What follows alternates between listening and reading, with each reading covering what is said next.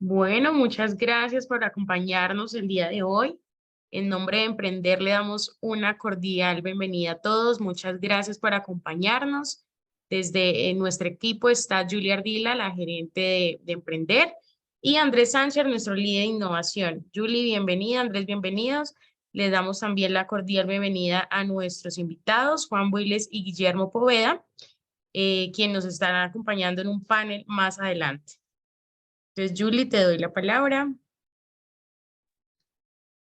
Perfecto, muchísimas gracias a todos los que nos están acompañando. Qué bueno que aceptaron esta invitación. Es un gusto recibirles en este espacio. Básicamente quiero darles un saludo de parte de nuestra organización, contarles acerca de Emprender. Muchos de los presentes nos conocen, pero también hay otras personas que se están vinculando a esta iniciativa hasta ahora. Entonces, contarles que Emprender es un organismo cooperativo de segundo grado con 32 años de vida jurídica, promoviendo la inclusión financiera, social y productiva en Colombia. Y desde hace unos años para acá venimos muy inquietos acompañando a los empresarios, a las entidades del sector en toda esta transformación digital y en la incorporación de metodologías ágiles y procesos e iniciativas de innovación al interior de las organizaciones, entendiendo pues la dinámica cambiante que tiene el mercado hoy en día y la necesidad de que las organizaciones estemos permanentemente retándonos a las nuevas formas de hacer las cosas y de resolver dolores y necesidades en nuestros usuarios, en el mercado, en los empresarios, que es nuestro mercado natural. Así que a partir de esas inquietudes que se presentaron al interior de nuestras organizaciones y de nuestra empresa, pues dentro de nuestra planeación o direccionamiento estratégico, definimos una declaratoria de transformación permanente de nuestro modelo de negocio y el acompañamiento a las entidades del sector para lograr encontrar nuevas soluciones, nuevas formas de llegar a los empresarios y de esa manera desarrollar o impulsar iniciativas o proyectos apalancados en economías de escala que nos permitieran articular un ecosistema donde están las instituciones que apoyan a los empresarios, los mismos empresarios, las entidades financieras, los expertos y aliados que pueden complementar y ayudarnos a un mejor servicio de cara a esta transformación, pero también de cara a los nuevos dolores que estamos identificando en nuestro mercado. Así que dentro de ese direccionamiento estratégico y esa declaratoria, hemos liderado diferentes iniciativas de transformación digital a nivel de formación, consultoría, pero también hemos creado células colaborativas entre diferentes organizaciones del sector para identificar esas oportunidades, para encontrar esa experiencia de valor para los empresarios y el desarrollo de estos mismos. Parte de esas iniciativas pues se traducen en el evento que estamos desarrollando el día de hoy y en esta invitación para seguir o continuar en este trabajo exploratorio y de co-creación que creemos es el camino para lograr las mejores apuestas y los mejores escenarios para nuestro sector y para la dinámica de nuestros empresarios. Muchísimas gracias nuevamente por acompañarnos. Queremos aprovechar al máximo la presencia de los expertos invitados que nos van a acompañar el día de hoy y por supuesto invitarles a que se conecten a todas las actividades que Jubi va a desarrollar durante este trimestre y en adelante durante el año. Así que bienvenidos y qué alegría contar con ustedes en este espacio. Ok, Julie, muchísimas gracias. Bueno, pues primero que todo, bienvenidos. Muchísimas gracias a todas las personas que están hoy conectadas para conocer un poco más de lo que va a ser Jubi. Jubi básicamente es un hub de innovación que tiene un objetivo y es crear el futuro ahora. Nosotros básicamente estamos decididos a desafiar la realidad social y microempresarial colombiana para que podamos trabajar en sinergia los distintos actores en el ecosistema y crear conjuntamente soluciones que sean disruptivas, simples, costo efectivas, sostenibles en el tiempo, pero lo más importante, que nos permitan crear transformación, que le den un nuevo oxígeno a las organizaciones, que nos permitan llegar a nuevos tipos de usuarios, que nos permitan llegar a nuevos mercados. Por eso desde Jubi, nosotros lo que queremos hacer es acompañar todo este proceso a través de la creación de mesas de trabajo que nos van a permitir identificar estos grandes problemas y a esos grandes problemas tratar de buscar soluciones que las podamos llevar a la vida real. Por eso nosotros vamos a acompañar a todas las organizaciones en todo lo que tiene que ver con la transferencia de conocimiento, en todo lo que tiene que ver con el acompañamiento, todo el tema de cambios de cultura organizacional y demás. Desde JUI vamos a querer también ser actores y protagonistas en algo, y es que vamos a ser un articulador en donde vamos a tener todos los temas asociados a networking, la generación de nuevas soluciones, la creación, los espacios para hacer nuevas creaciones a través de talleres, poder presentar también casos de éxito, poder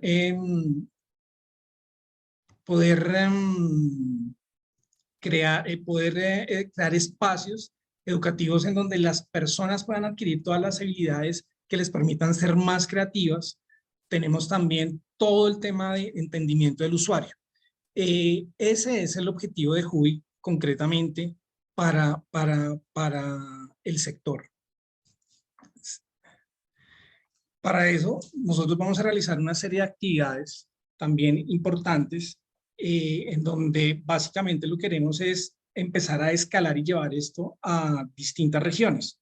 Para eso hemos creado un calendario, sin que entremos en mucho detalle, que vamos a poder, digamos, socializar con cada una de las entidades, pero básicamente lo que nosotros buscamos es hacer eventos regionales en donde realmente podamos mostrar ese impacto que se va a generar hacia los microempresarios, pero también crear espacios de trabajo con las entidades para que exista ese match entre lo que hace la entidad y lo que necesita el microempresario o el usuario final. ¿Listo? Entonces, estos son algunos de los eventos que vamos a hacer durante el año. Esperamos que el resultado de lo que va a ser Hub y parte de lo que vamos a hacer hoy en este diálogo, es muy importante que podamos identificar problemas y que empecemos a trabajar y que podamos crear las mesas de trabajo que nos permitan crear esa solución que nos va a permitir en el tiempo dar un caso de éxito que esperamos lo podamos mostrar para nuestra Semana de la Innovación que se va a llevar a cabo del 17 al 20 de octubre. Siguiente. Bueno, entonces, dando ya paso a nuestro programa y para poder aprovechar el tiempo, hoy queremos nosotros iniciar este conversatorio con un tema muy importante y es definitivamente que empecemos a hablar de lo que va a ser el futuro del sector solidario en Colombia. Para eso tenemos dos súper invitados que la verdad nos van a hablar desde sus experiencias y desde su conocimiento y nos van a permitir ver desde otras perspectivas este problema. Entonces tenemos como primer invitado, tenemos a Guillermo Poveda. Guillermo Poveda es el presidente del Comité de Innovación Financiera del Clúster Financiero del Ecuador. Además es socio fundador del Build the Future. Cuenta con una trayectoria de más de 25 años en el mundo de la innovación en Latinoamérica. Ha trabajado en más de 10 países en distintos sectores. Los últimos casi 12 años ha trabajado en áreas de innovación, todo enfocado en el sector financiero. Además también nos acompaña Juan Willes. Él fue director creativo en Catarsis. Actualmente es speaker, consultor y facilitador en el mundo corporativo. Es máster en innovación social, docente de la Prime Business School, que es de la Universidad Sergio Arboleda, para todas las áreas de maestrías. Entonces, digamos que contamos con personas que tienen una visión muy rica, que tienen una experiencia muy interesante que nos va a permitir a todos aprender mucho de cómo podemos llegar a tener una visión transformadora dentro del sector. Entonces, quisiera arrancar este conversatorio con algo muy interesante y es que el rango de edad de los clientes en este sector actualmente en Colombia está por encima de los 45 años y son aproximadamente el 40% del total de los clientes que hoy tienen el sector. En ese orden de ideas, eso nos muestra una oportunidad de atender clientes que están por debajo de ese rango de edad Entonces, en ese orden de ideas, yo quisiera hacer una pregunta inicialmente a Guillermo y es, desde tu conocimiento del mercado, Guillermo, ¿cómo crees tú que los actuales servicios de las entidades responden a este tipo de clientes por debajo de los 45 años? ¿Ves tú que realmente las entidades hoy estén respondiendo a esas necesidades? Primero, muy buenos días y muchísimas gracias por la invitación. Para mí es un honor estar acá. Gracias por poder compartir este espacio con ustedes. A ver, lo que tenemos claramente identificado en la región es que mucho de la oferta de soluciones financieras, de servicios financieros y productos financieros responde a una dinámica bastante ya establecida, bastante tradicionalista. A pesar de que en el sector más grande, más consolidado que es la banca, se vienen haciendo esfuerzos importantes en transformación digital, para tratar de llevar la oferta existente a canales digitales. Yo creo que en términos generales, en todo el sector financiero, tenemos unos retos importantísimos para repensar la oferta de valor que entregamos a nivel de soluciones financieras. Ahí tenemos retos importantísimos a nivel de inclusión financiera, de educación financiera, incluso de salud financiera. Y lo que hay que tener muy presente es que las generaciones más jóvenes primero, no sienten una conexión natural con los servicios financieros. Cuando uno le pregunta especialmente a los centennials, esta generación que está pues ahora terminando la universidad, no es gente que ve valor en tener una cuenta bancaria, en tener un programa de ahorro en un banco tradicional. Y cuando ya pensamos en cambio en el sector solidario, incluso lo ve con un poquito más de distancia, como que no encuentra esta conexión natural. Y si pensamos un poquito en las generaciones ya no tan jóvenes, que ya están estableciendo su ritmo de vida dentro de una vida profesional, una vida familiar, muy probablemente lo que se están encontrando es que las condiciones socioeconómicas son muy diferentes de las que fueron las de sus padres o generaciones anteriores. Entonces, frente al reto de utilizar las soluciones financieras existentes, probablemente la consecución de una casa, de un vehículo, de unos estudios superiores, ya se pone en un contexto más complejo para él, ¿no? Queda claro que el costo de vida se ha elevado a través del tiempo y pues lo que nuestros abuelos necesitaban hacer como esfuerzo para constituir una casa, una propiedad, es infinitamente desproporcionado a lo que hoy le requiere a una pareja joven recién casada de hacerse, por ejemplo, de un departamento, un apartamento, ¿verdad? Entonces, allí existen algunas asimetrías que definitivamente requieren que nos repensemos en la oferta de valor, pero este es un reto de toda la industria. La industria ha sido muy estática en conociéndose segura del contexto, pues permanecer allí y seguir brindando las mismas soluciones una y otra vez. Si no accionamos, pues vamos a volvernos muy irrelevantes en el corto, mediano plazo, es mi percepción. Ok, en ese orden de ideas, Juan, aprovechando que tú has tenido también la oportunidad de acompañar estratégicamente a tantas organizaciones en distintos sectores, ¿tú ves que este sector específicamente está haciendo algo para hacer las cosas diferentes? Bueno, pues primero gracias por la invitación, Andrés. Feliz de acompañarlos en este lanzamiento. Es un honor compartir panel con Guillermo, eminencia en temas de financieros y demás. Entonces, gracias por la invitación. Respecto a tu pregunta, yo creo que el sector solidario ha ido involucrándose más al sector privado. ¿A qué me refiero? Los diferentes sectores se han ido acercando como tendencia en el mundo a desarrollar sociedad, a ser amigables con el medio ambiente, a tener impacto social, lo cual nos está permitiendo cerrar ciertas brechas y trabajar de la mano con el sector, digamos, privado, que antes estaba demasiado alejado. Ejemplos de esto son todas las tendencias de EduTech o EdTech, tendencias como el Agrotech, como incluso antes del panel tuvimos oportunidad de cruzar un par de palabras donde hablábamos que hoy los jóvenes no quieren ser campesinos y se están alejando del agro. Pero hay compañías nacientes hoy que están apuntándole precisamente a eso, están involucrando tecnología, están trayendo nuevas herramientas precisamente para hacerlo sexy, para volverlo atractivo nuevamente y de esa manera poder seguir desarrollando el agro, generar empleos en esa primera base de la economía, pensar más allá de simplemente monetizar cuál es el impacto social o el impacto ambiental desde las diferentes industrias que podemos generar.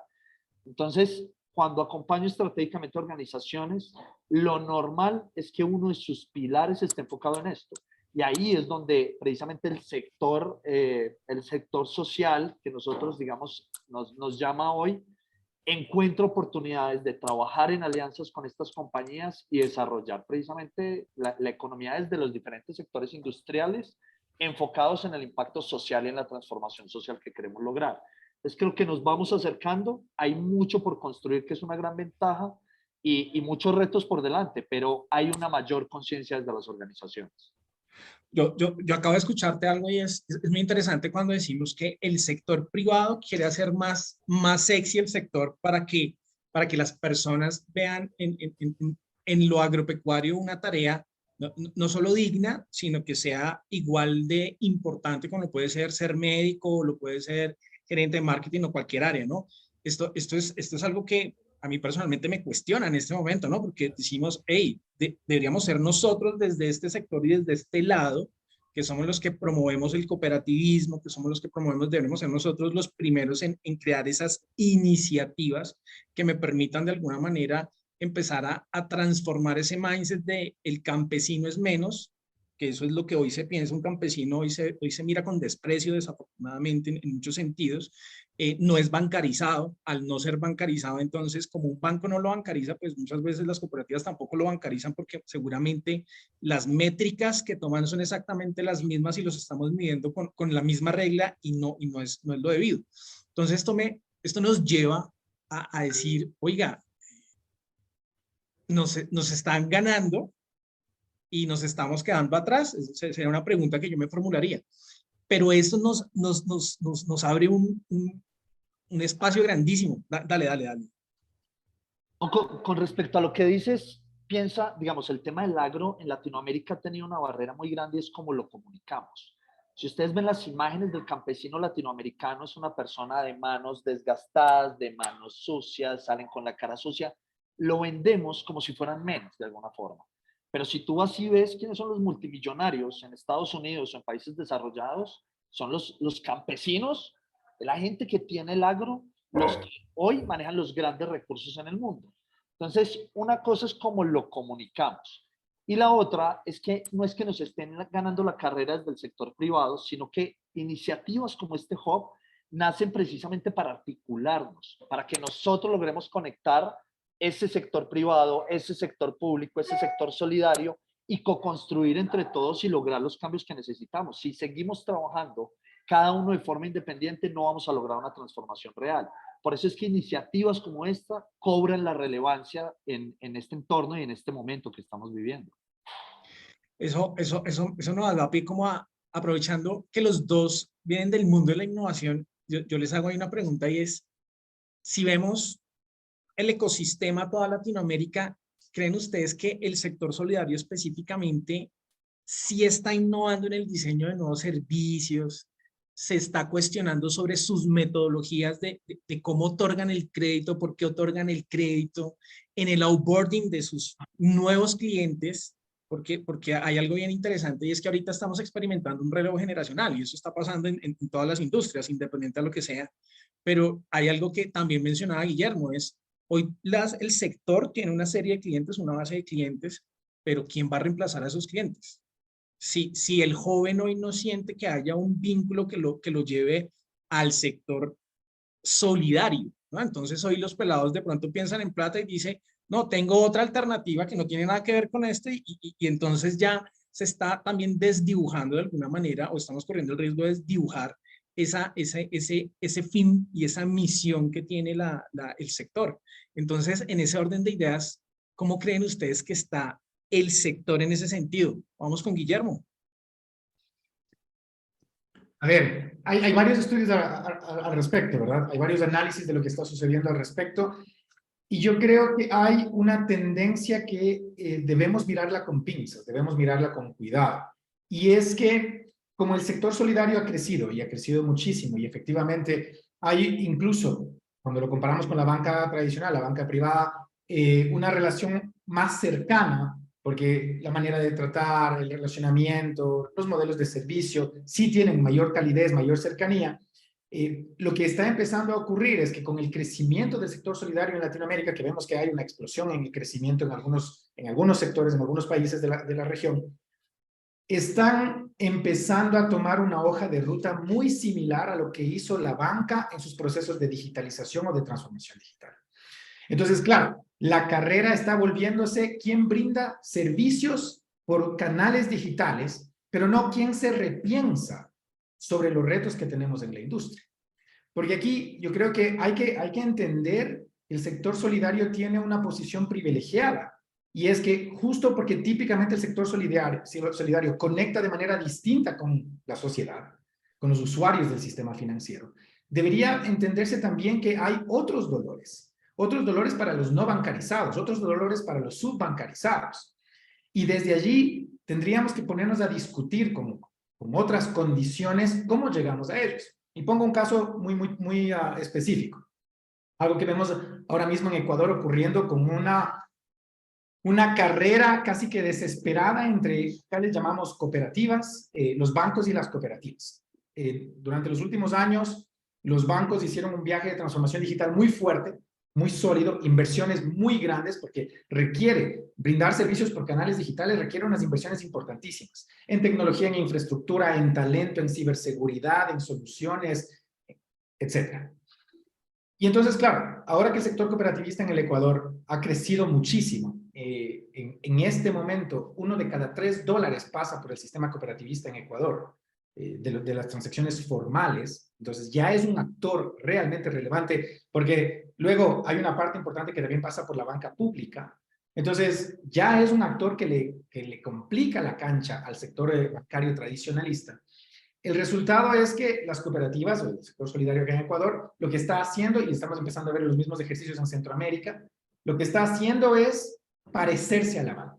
Entonces quieren hacer inversiones en tecnología, quieren hacer inversiones en canales digitales, pero ese no es necesariamente el único camino que hay que resolver. Porque transformación digital, y ahí es donde siento que a veces nos confundimos un poco, no es digitalizar lo que ya hacemos. Nos estamos olvidando de la primera parte de la expresión de la palabra, y es, primero hay que transformarnos, y transformarnos implica evolucionar, reinventarnos, cuestionarnos qué hacemos y a quién servimos, y cómo les servimos. Entonces, la guerra en el mercado típicamente se termina limitando a una discusión de eficiencia, de rentabilidad y de tasa, plazo y monto.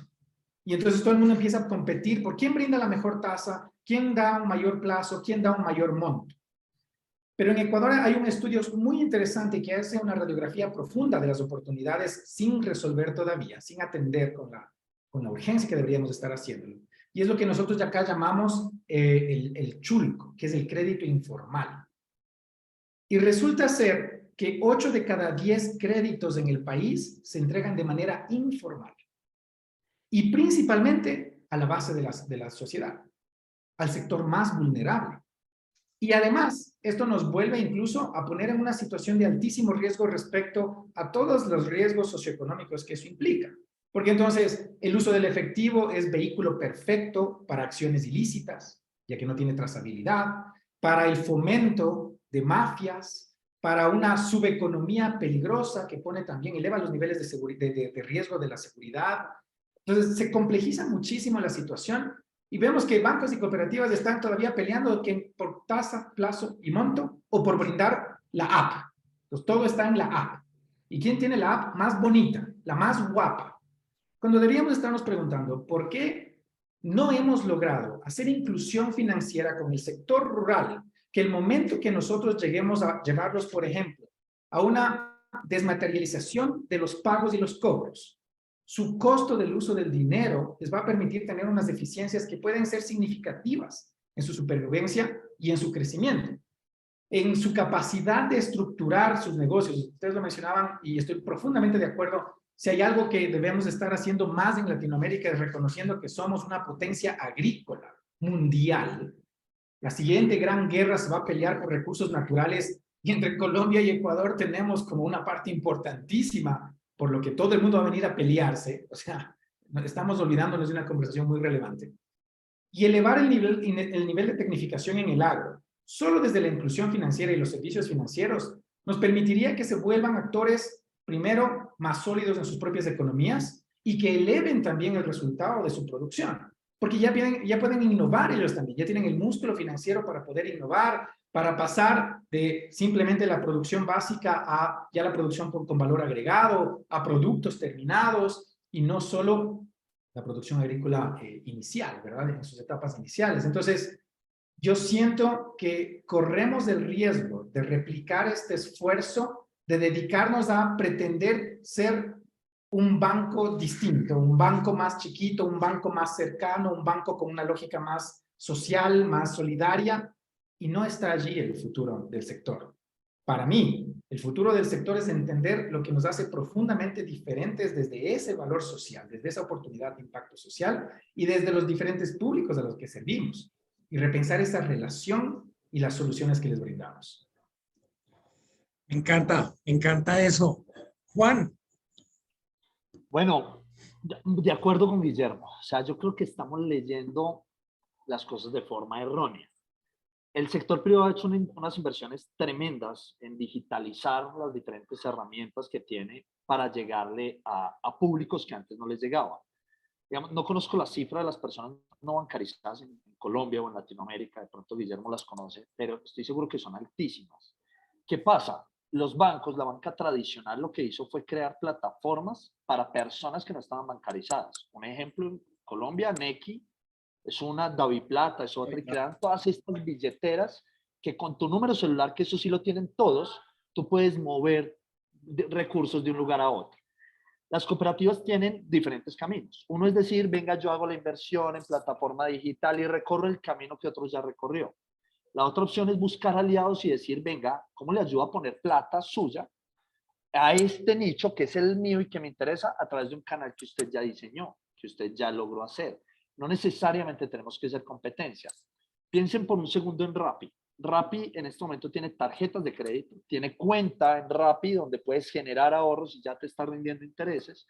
Y lo que ellos hicieron fue no desarrollar su plataforma, sino desde su plataforma lo enlazaron con Davivienda, que tenía todo un desarrollo y demás, y le dijeron, venga, yo la uso y le llego a todos los que no le está llegando a los demás.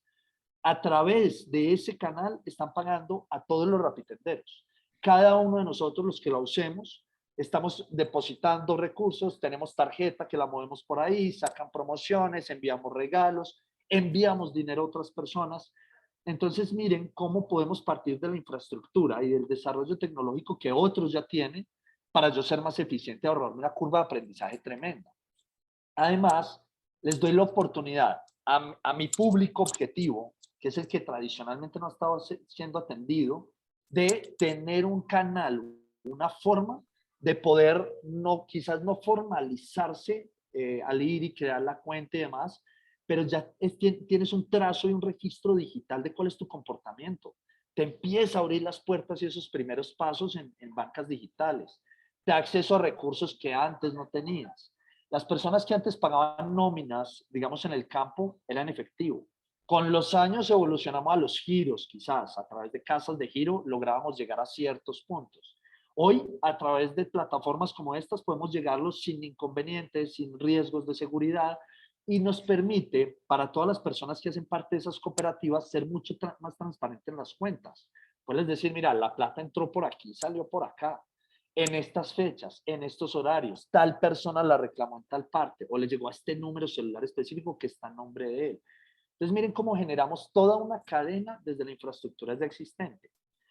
Adicional, hay una herramienta para mí poderosísima en el sector solidario y es el crowdfunding. El crowdfunding fue una herramienta tremenda que logró desarrollar y mover la economía de forma diferente. Cómo desde diferentes públicos puedan hacer captación de recursos para el cumplimiento de objetivos específicos. Incluso cómo puedo recibir donaciones, digamos que donaciones es un término que podríamos debatir, pero cómo puedo recibir recursos económicos a cambio de un bien o servicio específico. Y lo puedo recibir de muchos actores. Cada quien aporta desde lo que puede aportar. Y desde ahí cómo podemos desarrollar industrias enteras. Entonces, de acuerdo con Guillermo, siento que el mundo del cooperativismo como tal está quizás un paso más atrás, un par de pasos más atrás, porque el músculo financiero de inversión no le ha permitido evolucionar, pero tienen caminos diferentes para hacerlo hoy. Plantear experimentos cortos y pequeños con la banca tradicional que ya lo tiene, decir, venga, ¿cómo hacemos un gana-gana? No solamente para nosotros dos, sino sobre todo para las personas que buscamos ayudar y generar ese impacto social que buscamos. Ahí están las oportunidades, creo yo. ¿Cómo los hubs logran articular eso para lograrlo? Oiga, yo no puedo dejar, o sea, no puedes aprovechar esto y unir como dos cosas y es completamente de acuerdo con Guillermo que a veces como que las cooperativas o las fundaciones o estas entidades, como que su sueño se vuelve ya no ayudar a la gente, sino convertirse en un banco. ¿Sí? Eso es como el punto uno que quisiera rescatar ahí. El punto dos, que es precisamente lo que dice Juan, es, oiga, la innovación es que yo no me las sé todas. La innovación precisamente es la capacidad de que yo pueda solucionar un problema, incluso con soluciones que ya otros han desarrollado. Entonces aquí entra un poco también como la aplicación del concepto de la innovación abierta. Cuando yo tengo la capacidad de ver todas las posibles soluciones y articularlas para crear una única solución, es una forma de hacer las cosas diferentes y que realmente se cumpla con el objetivo y con la razón de ser del sector. Entonces, me parece que es muy interesante que podamos empezar a tejer eso.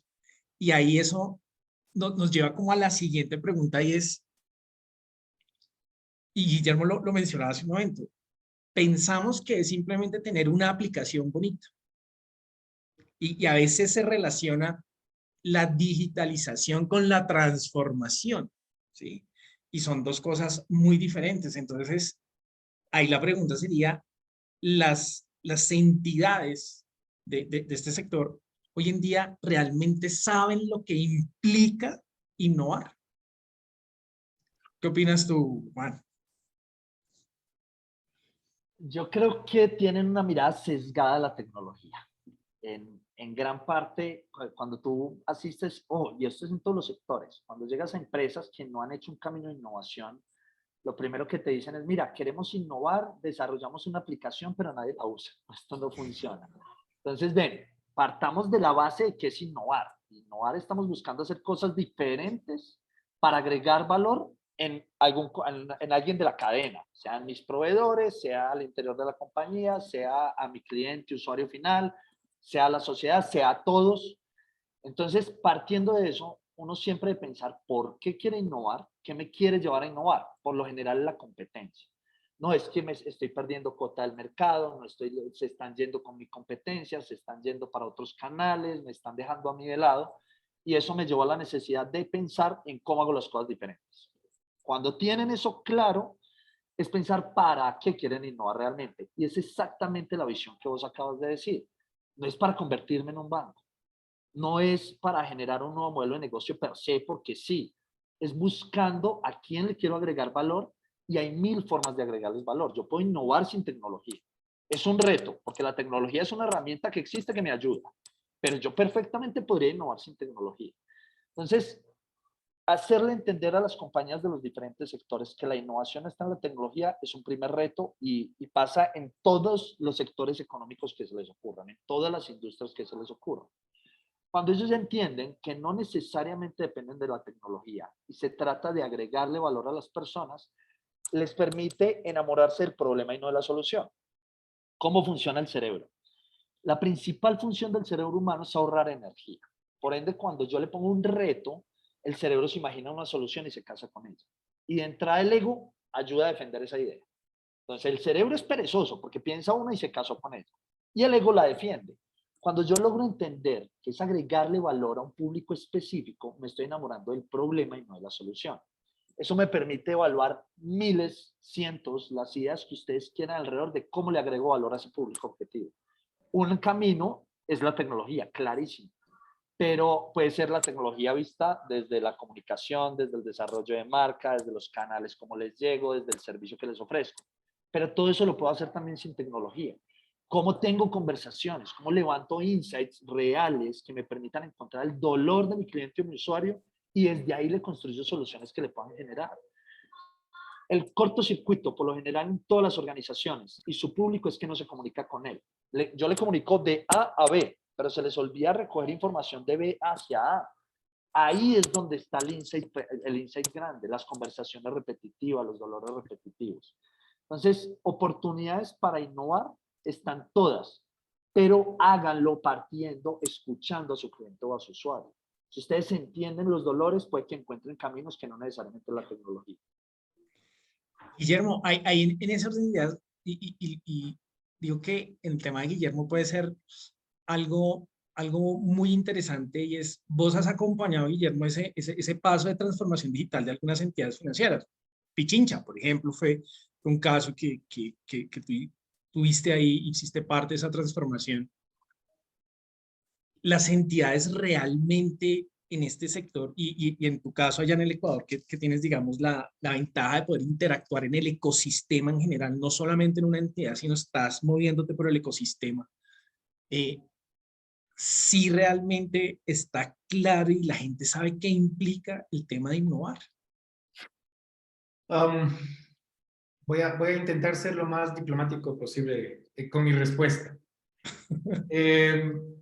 Nos encanta hablar de innovación, nos encanta al punto que es un sticker que queremos ganarnos, ¿no? A nivel individual, a nivel organizacional, es como, ya ahora empezamos a, bueno, no ahora, reciente, pero ya es hasta común encontrar que en la definición de la misión o la visión o de los valores aparece innovación. A mí me parece muy divertido cuando me encuentro con una organización en la que ya pusieron innovación en alguna parte. Y la primera cosa que a mí me gusta tener es la discusión es, como dicen los gringos, si vamos a poner la plata donde ponemos la boca, ¿no? Porque innovar implica tomar riesgos. Y hay que ser súper claros. En el mundo empresarial, la innovación empresarial, corporativa, es un contracorriente, es un accionar contra lo que ya funciona. Porque si hay una empresa, eso significa que en algún punto hubo una iniciativa innovadora, hubo una propuesta de valor, esa propuesta de valor capturó un público, generó un crecimiento, generó unos resultados y ahora hay que gestionar ese negocio, hay que gestionar esa organización. Y entonces, claro, las empresas, las organizaciones, casi que todas están diseñadas para cuidar el negocio presente, para organizarnos alrededor del negocio presente, de lo que funciona. Y entonces, como dice el dicho gringo, si no está roto, pues no se meta a arreglarlo.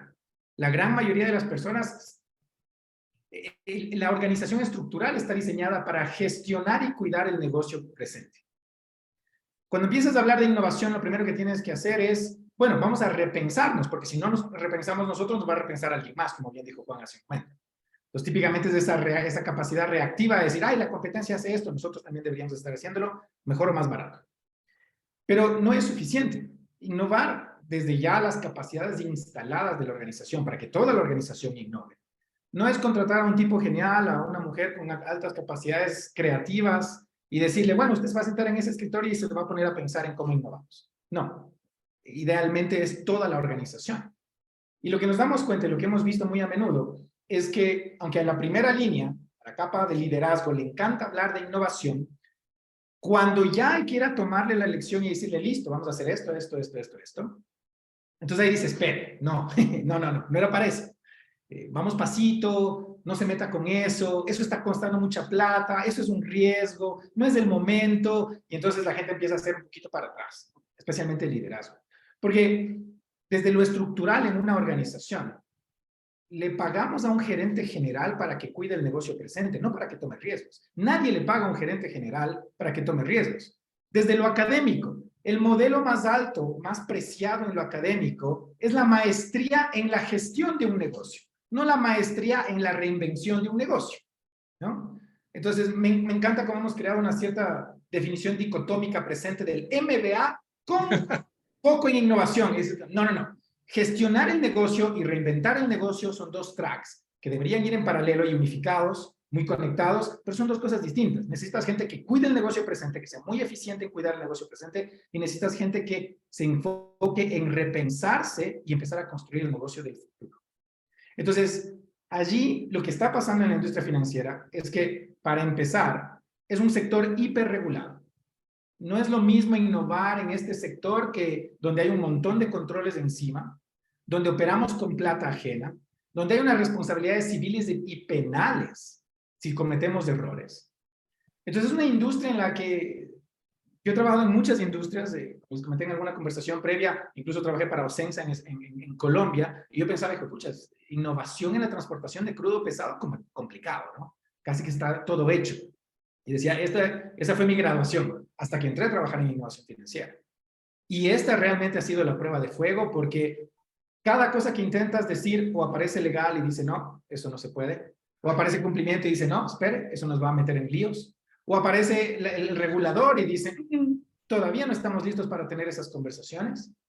Y entonces ahí, obviamente el liderazgo, la capa de liderazgo dice, no, vamos a hacer una app más bonita, que eso lo está haciendo todo él. Y quédese allí y dedíquese a eso. Entonces creo que ese es el primer reto de realmente vivir la innovación, es entender las exigencias que eso trae. Y con eso viene un tema también cultural importantísimo. Y por eso creo que lo que ustedes están promoviendo mediante el Fabi es muy poderoso, porque no hay necesidad de tener una discusión disgregada y separada de los retos en común que tenemos en el clúster. Si hay una cosa que valoro muchísimo del clúster financiero que se ha creado acá en el Ecuador, es que estamos todos, bancos, cooperativas, fintechs, regulador, sector privado, sector público, proveedores tecnológicos, servicios especializados, y todos tenemos intereses particulares. Está en la declaratoria de la constitución del clúster. Tenemos intereses particulares, pero buscamos un fin común. Y para responder el comentario que hizo Juan hace un momento, más de la mitad de la población en Latinoamérica no está bancarizada o está subbancarizada. O sea, hay todo por hacer. Hay todo por hacer. Y seguimos peleándonos por cosas que no hacen mucho sentido y pretendiendo que no podemos colaborar unos con otros. Y a veces nos volvemos excesivamente tribalistas. Entonces yo represento una bandera y solo mi bandera debe flamear y traer todos los honores, cuando probablemente uno de los cambios más importantes en innovación es, venga, sentémonos entre todos a repensar esto. Cuando yo veía el portafolio que ustedes presentaban de servicios hace un momento, me hace tanto clic decir, si tengo un conjunto de actores que tienen dolores en común, ¿para qué reparto los dolores para que cada uno me traiga una solución distinta? Sentémonos entre todos. Busquemos economías de escala, busquemos eficiencia por hacer inversiones en conjunto, busquemos conocimiento compartido y transferible para todos, porque finalmente, en vez de tener 20 equipos teniendo esta discusión, hagamos un mega equipo con las mejores capacidades, talento y músculo, y resolvamos la tarea de manera unificada. Porque es más importante crear verdaderas soluciones financieras en este contexto que quién va a sacar la solución más chévere, quién se va a ganar el stickercito más cool. Entonces, hay temas de mindset, hay temas culturales. Lo digo, a mí me encanta cuando me dicen, nosotros queremos ser muy innovadores, y entonces mi segunda pregunta es, ¿ustedes quieren innovar o ustedes quieren decir que van a innovar? Porque si es para lo segundo, conmigo no es. Porque nos vamos a llevar muy mal. Nos vamos a odiar en el cortísimo plazo. Si es para lo primero, venga, sentémonos, vamos a sufrirla, vamos a meternos en este viaje y las cosas van a pasar. Y cuando la gente está dispuesta a tomar ese riesgo y hacer ese viaje, en serio es que ocurren situaciones de altísimo valor y de altísimo impacto. Eso que acabas de decir tiene una implicación muy importante, y es, ¿estamos siendo solidarios? ¿Nos cooperamos? Juan, creo que quieres decir algo. No, sí, 100% de acuerdo. O sea, con lo que acabas de decir, vuelve y juega el ego.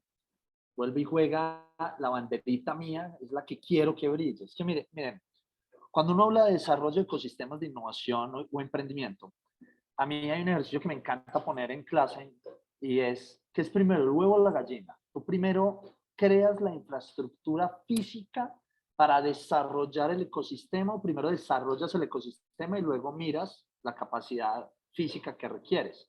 Me refiero física, digital y demás.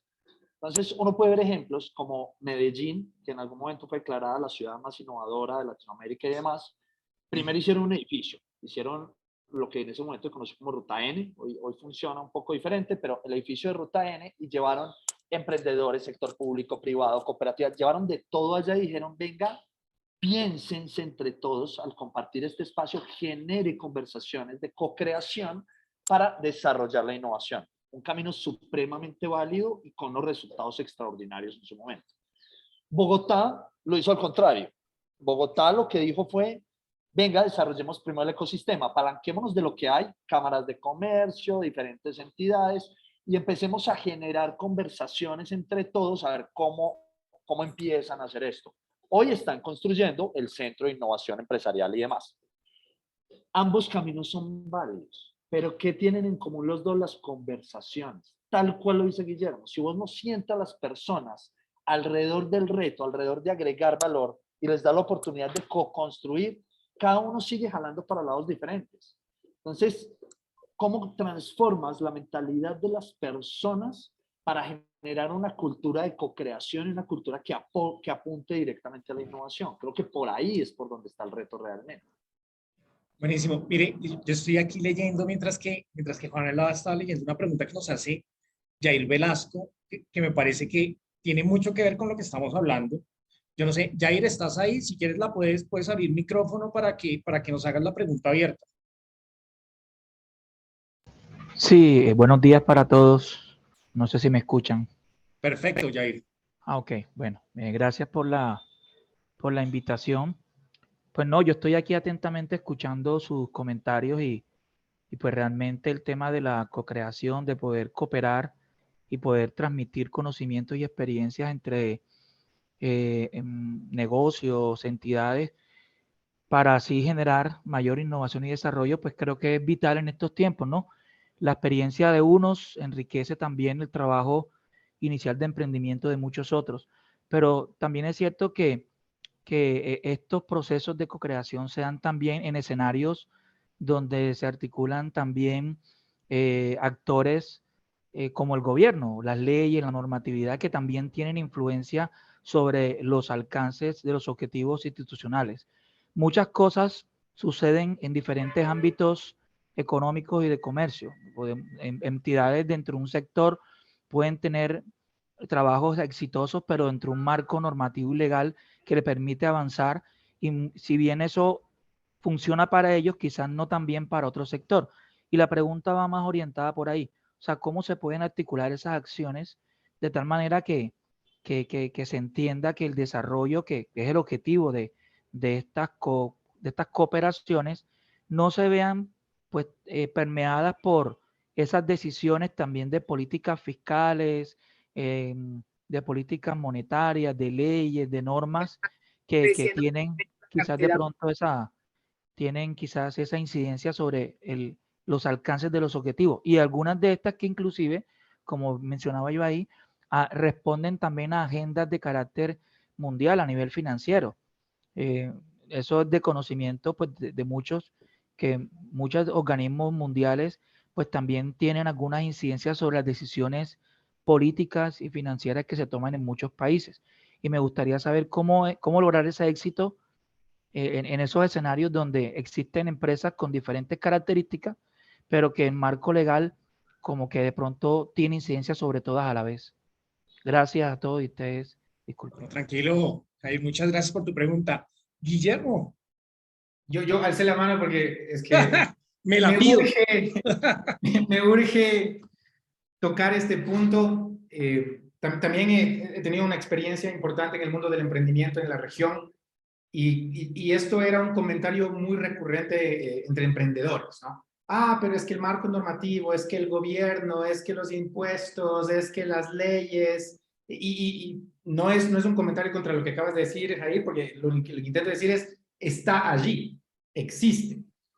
Y personalmente llevo para 18 años trabajando en temas de innovación. Como es natural, muchos de los modelos de innovación son muy gringos, son de marcos que vienen desde lo metodológico, desde la realidad de los Estados Unidos, y estoy absolutamente de acuerdo con que es peligroso el copia-pega. Me parece súper interesante lo que Juan mencionó sobre Ruta N, porque pues en esa época yo trabajé incluso para Impulsa como consultor externo, trabajé para varios actores, y claro, muy común acá en Latinoamérica era escuchar, vamos a hacer el Silicon Valley de no sé qué cosa. Y era como, venga, no, solo hay un Silicon Valley y nunca nadie más va a poder hacer otro Silicon Valley. Responde a contextos culturales, políticos, económicos, sociales, etnográficos, Geográficos. Exacto, solo no se puede repetir, punto. Deje de decir eso porque no se puede repetir. Así que el copia-pega de modelos efectivamente no es el mejor camino. Sin embargo, de eso, claro, uno de los retos más grandes en innovación desde lo metodológico es que como venimos muy influenciados por el modelo gringo es muy de abundancia, ¿no? Entonces, en el modelo gringo, y esto nos ha pasado mucho con las startups en Latinoamérica, entonces, claro, que la fintech, que el unicornio, que la valoración de $1.000 millones. No voy a meterme allí porque no nos compete en esta conversación, pero de repente explota una burbuja financiera en los Estados Unidos y nos damos cuenta de que eso de la abundancia basada en premisas de cosas que no existen puede ser muy riesgoso para la economía, para la sociedad. Hace 5 años tuve la oportunidad de vivir en Israel. Había escuchado del modelo de innovación de Israel y me parecía que había la necesidad de vivirlo, no solo de estudiarlo. Así que me mudé allí durante una temporada corta y a mí me cambió la cabeza. Es que me cambió la cabeza y me cambió la vida. Y me cambió la vida porque justamente uno de nuestros clientes, después de haber hecho todo un acompañamiento en Centroamérica para una entidad, una cooperativa en Centroamérica, nos volvimos a encontrar en un aeropuerto alguna vez y yo le dije, bueno, ¿y cómo les va con todo esto? Y el hombre me dijo uno de los comentarios más dolorosos que he escuchado en mi rol de consultor y fue, muy lindo todo, la pasamos genial, pero no sirve para nada. Y entonces me pegó muy duro. Que el gerente general 2 años después me diga, la pasamos espectacular, nos divertimos espectacularmente, pero es que no nos funcionó para nada, pues cuestiona muchísimo el rol que uno tiene desde el acompañamiento y la consultoría. Con esa discusión interna me mudé a Israel, viví en Israel una temporada corta y tal vez lo filosófico de los marcos de innovación israelíes es lo más potente que tienen más allá del modelo. Lo filosófico es, debemos existir, progresar dentro de las restricciones. En Israel es casi que objeto de burla decir, hay que pensar fuera de la caja. Ellos dicen, venga, no. Primero hay que entender la caja. Hay que aceptar que estamos dentro de la caja. Uno de los ejercicios clásicos, por lo que sería la contraparte de IDEO, uno de los actores más importantes en Design Thinking a nivel mundial. Design Thinking, sí. Una de las contrapartes en el otro extremo del marco filosófico es SIT, que hablan del pensamiento innovativo. Systematic Impact Thinking. Correcto. Y SIT, el modelo se basa en el modelo ruso de inventiva, en TRIZ. Y SIT hace un ejercicio súper básico en sus planteamientos. ¿Cómo repara usted un carro en la carretera sin tener acceso a llamar al servicio de grúa, sin tener nada más que lo que está en el vehículo y tiene que cambiar una llanta donde tiene usted una tuerca, uno de los pernos está aislado por completo? No tiene cómo llamar a nadie, no tiene cómo pedir otras herramientas, no tiene cómo apalancarse en ningún externo. Y ese es un ejercicio que le ponen a los equipos. Dicen, resuelva. Y entonces, por naturaleza, como dice Juan, queremos pensar en la respuesta más fácil, ¿no? El cerebro es muy vago, muy eficiente, vamos a decir. Y entonces dice, no, pues pasa un carro y le pido que me ayude. No existe. Existe lo que usted tiene allí. Y es impresionante cuánto nos cuesta pensar dentro de la caja. Estamos excesivamente acostumbrados a estos planes idealistas de, y es que si mañana esto pasase o lo de acá sucediese, entonces, para innovar, para emprender, para llevar adelante empresa en Latinoamérica, nunca van a existir las condiciones ideales. O sea, si en alguna parte hay una foto de resiliencia, debería aparecer cualquier latinoamericano o cualquier latinoamericano. Y más si es emprendedor, y más si es empresario, y más si está en este sector. Porque aquí aprendemos a la brava a ser resilientes. Cambios políticos, cambios sociales, cambios económicos, todo el tiempo. A veces bailamos para la izquierda, a veces bailamos para la derecha, a veces más impuestos, a veces menos impuestos. O sea, es que nunca nos decidimos exactamente qué queremos ser. El resultado natural es que o nos volvemos conscientes de que la restricción siempre va a estar allí, o simplemente las cosas no van a pasar. En el sector financiero, de las cosas más divertidas que siempre me pasaron a mí fue que nosotros proponíamos proyectos de innovación y saltaba el área legal y decía, eso no se puede hacer. Con el tiempo, hicimos un ejercicio de conversión cultural y empezamos a decirles a los abogados, venga, genial que usted se sepa todo el marco normativo, pero cuando usted venga a estas reuniones no me venga a decir lo que no se puede hacer, venga a explicarme cómo podemos hacer que suceda. ¿De qué marco normativo nos podemos agarrar para no hacer nada ilegal, nada ilícito, nada inmoral, pero que sí podamos hacer este experimento y podamos descubrir si es que hay una oportunidad allí? Y entonces, claro, como que les íbamos dando unos premios a los abogados propositivos. Y esto no es nada contra los abogados, yo les quiero muchísimo. Y cuando hay un cambio en el chip, es que se vuelven un actor clave en la innovación financiera. El abogado, el auditor, el de cumplimiento, son áreas de control que existen porque operamos obviamente sobre fondos ajenos. Y esto nos exige una altísima responsabilidad. Pero tenemos que operar dentro de la caja. Tenemos que innovar con la restricción frente a nosotros. El marco ideal nunca va a existir. Y lo que nos pasa en Latinoamérica es que el marco legal viene ex post la innovación. Entonces, lo que Rappi, para mencionar el ejemplo que Juan hizo, lo que Rappi viene haciendo durante muchísimo tiempo es muy cuestionable desde el marco normativo. Y a cada rato tenemos esta discusión de cuán legal o cuán ilegal es lo que hace Rappi. No importa, lo mismo pasó con Uber, lo mismo pasó con Cabify, lo mismo pasó con un montón de actores. Airbnb. Exacto. El marco legal viene después. Cuando hemos causado tal impacto que finalmente los actores del sector público tienen que sentarse a pensar y decir, venga, esto ya no funciona. Este marco normativo ya no hace ningún sentido para esta realidad. Y cuando todo eso suceda, habrán pasado 10 años. Como no tenemos 10 años para reaccionar, para mí, un cambio de mindset importantísimo fue este modelo israelí de trabajemos dentro de la restricción, innovemos con las condiciones presentes hasta donde nos dé la caja. Lo mágico es que cuando nos acostumbramos a pensar así, es que la caja se vuelve cada vez más grande. Porque muchas veces el tamaño de la caja está primero acá. Y luego entendemos que en realidad sí hay mucha más cancha para operar, para intentar hacer cosas distintas.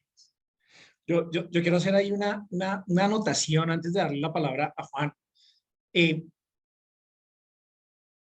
Israel tiene una gran característica y es que está aislado del resto del mundo, históricamente, incluso bíblicamente, ¿sí? Si quisiéramos llevar Políticamente. temas. Exactamente. Entonces, esa metodología es tan buena y es tan efectiva que es el país que tiene mayor cantidad de patentes por número de habitantes en el planeta. Esa pequeña porción de tierra y genera innovación en todos los sectores. Agricultura, que no tienen cómo cultivar, pero tienen agricultura. Militar, salud, todo el tema, digamos, de desarrollo de nuevos lenguajes y nuevas formas de generar conocimiento, ¿no? Entonces, ese aspecto de pensar dentro de la caja, que va muy en contra de la poesía del pensar fuera de la caja, design thinking, pensamiento de diseño. Yo siento a veces que en las áreas de innovación a veces la cosa se vuelve como poética. Voy a pensar fuera de la caja y voy a hacer esto y vamos a hacer esto y vamos a cambiar el mundo. Ese es el mundo Lego, ¿no?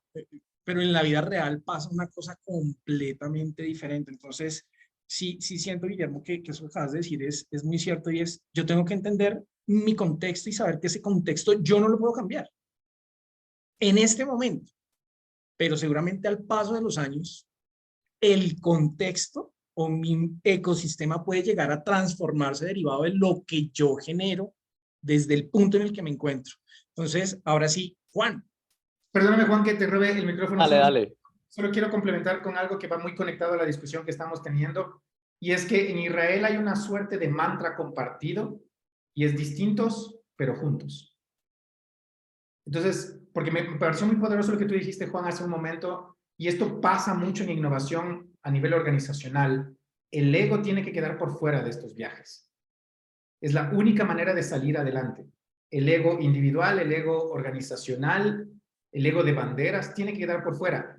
Lo más sorprendente de vivir en Israel es que allí viven, contrario a lo que dice el discurso público, palestinos, judíos, creyentes, no creyentes, ortodoxos, católicos, ateos, y viven juntos, y trabajan juntos, y no se meten en las discusiones complicadas individuales. Lo único que saben es que si no operan juntos, desaparecen. Son apenas 8 millones de personas con 0 recursos naturales. Entonces, la filosofía y la cultura marca muchísimo las oportunidades de innovar. Perdóname, Juan. No, de acuerdo con Guillermo, con Andrés. Miren, digamos que cuando uno habla de innovación, uno habla de mundo cerrado, mundo abierto, ¿sí o no? Entonces, cuando uno habla de mundo cerrado, yo lo voy a traducir a víctima, y cuando hablo de mundo abierto, lo voy a traducir en protagonista. ¿Cómo interactúa uno con los contextos? Normalmente el ser humano es víctima por naturaleza. Nos encanta y es como todos hemos sido víctimas en algún momento de la vida. Uno escucha frases normalmente cuando una víctima se refiere al pasado, es con resignación, es con resentimiento. Es como, no, es que el dólar está muy caro. No, es que el no presidente puso esta normativa. Son cosas que no podemos cambiar y son ciertas, son esas restricciones de la caja, como lo dice Guillermo. Pero hemos escuchado cosas, por ejemplo, como si nos hubieran colonizado los ingleses y no los españoles. O sea, imagínense la culpa hasta dónde la echamos para no hacernos cargo de lo que nos toca. Y le echamos la culpa a los de 500, 600 años. ¿Cómo viven las víctimas el futuro? Resignados. ¿Cuál es la frase favorita del latinoamericano? Si Dios quiere. Oiga, eso es de otro. O sea, ya la innovación llega a las empresas, eso es culpa del de la esquina, del loco de allá, y él se hace cargo. Pero yo estoy en el día a día haciendo las cosas igual. Si nosotros seguimos pensando como víctimas, con esas limitantes de esa manera, siempre vamos a estar ahí. Y siempre va a ser responsabilidad de otros, las cosas no van a cambiar. La ventaja es que desde el mundo abierto lo podemos ver como protagonistas. ¿Cómo ve un protagonista el pasado? En paz, con aceptación. Aprende del pasado, lo dignifica, las cosas buenas, aprende de los errores que se hayan cometido y dice, listo, no lo puedo cambiar. Yo las normativas del contexto no tengo la capacidad de cambiarlas hoy desde donde estoy sentado. Hoy. Pero ven el futuro con posibilidades y con motivación, que sí puedo tener bajo control, que sí puedo cambiar. Eso es lo que han entendido Uber, Airbnb, Rappi y demás, al decir cómo hackeo el sistema, cómo me muevo entre las limitantes que tengo para poderlo lograr. Uber, ¿qué hizo? Pasó a alquilar carros, en teoría, carros con conductor. Está dentro de la normativa. Se puede hacer. Entendieron que su modelo respecto a la normativa y está prohibido y los vamos a parar y los vamos a quitar. No, venga, yo acabo de alquilar un carro para que me lleve de punto A a punto B con conductor. Y aquí tengo el contrato y aquí en la plataforma está y es completamente legal en el marco legal en diferentes países. Entonces, mira cómo encontrar la variable dentro de la normativa te permite ir avanzando. Pero si te quedas pensando que eso es culpa de otro, que eso lo debe hacer otro, que eso no es tuyo, jamás vas a poder trascender de ahí. Piensen un poco en los modelos y en las restricciones. Estoy de acuerdo, a mí el modelo israelí me encanta. Yo también tuve la oportunidad de estar en Impulsa. Yo fui el director de emprendimiento de alto impacto en Impulsa y me tocó trabajar mucho con Israel. Entonces, cuando me dicen, venga, previo a pandemia y demás, nos dicen, Juan, un programa de aceleración y colaboración con Israel. Yo, pues que esta gente ya lo sabía hacer y lo hace mejor que nosotros de 1000 años. No, hay que crear algo. Yo creé algo, llegué a la reunión, les presenté y me dijeron, no, Juan, hermano, no. Ya lo piloteamos en Brasil, nos funcionó perfecto, es A más B más C más D y de esta manera vamos a lograr esto. Colombianicémoslo. Y empezamos a identificar variables. En Estados Unidos las compañías crecen quemando plata.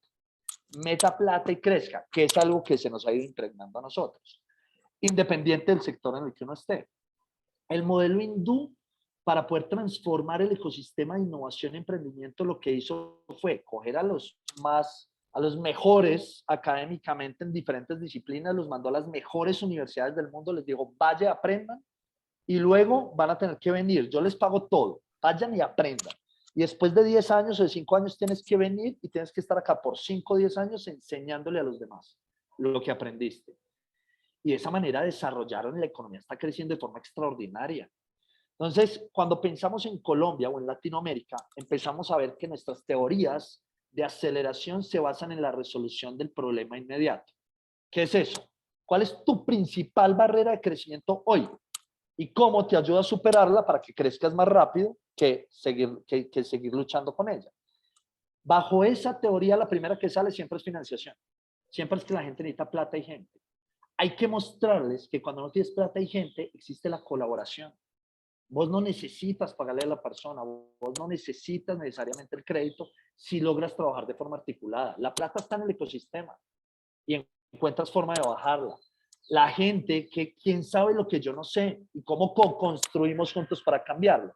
pero tiene que ver con ese pensamiento y con ese empoderamiento de ver el mundo como protagonista. ¿Qué puedo hacer yo desde mi alcance? Dentro de las normativas que tengo para agregarle más valor a quien se lo quiero agregar. Ahí es donde uno encuentra el camino real. Las apuestas de los hub, como este en particular, ese es el gran reto que tienen. ¿Cómo articulo diferentes promotores, diferentes actores del ecosistema y los pongo a pensar alrededor de agregarle valor a mi nicho específico? Ahí es donde vamos a cobrar valor. No necesariamente tiene que ser ahora vamos a hacer banco y vamos a financiar. No, si ya tengo quien lo hace, venga, lo conecto. Es que los voy a educar. Como en el sector financiero han innovado mucho últimamente desde la educación. Y es, yo no puedo cambiar la norma, no puedo hacer esto, pero si le enseño a mi cliente a que sea responsable y a que sepa manejar sus recursos, va a ser un cliente ideal para mí. Yo lo estoy formando para mí. Le estoy dando las herramientas para que sea responsable y cumpla con los compromisos que tiene. Y crean una línea completa que es educación. Apalancados de tecnología o de talleres o de aliados, no importa, pero miren cómo empezamos a meternos en los campos de juego que aparentemente no eran nuestros. Pero hoy los primeros a formar en temas de financiación son las entidades financieras. Porque les conviene además. Claro, o sea, digamos que aquí ustedes concuerdan en algo y me parece muy interesante y es como cultura. La cultura juega un papel fundamental y en ese orden de ideas le pregunto a los dos, ¿qué pasa cuando uno quiere innovar y no ha tocado ni ha transformado la cultura? Guillermo. En una de mis experiencias profesionales me topé con una organización con una cultura muy dura, muy compleja. Lo que nos pasa mucho en Latinoamérica, un grupo económico que nace de un esfuerzo familiar.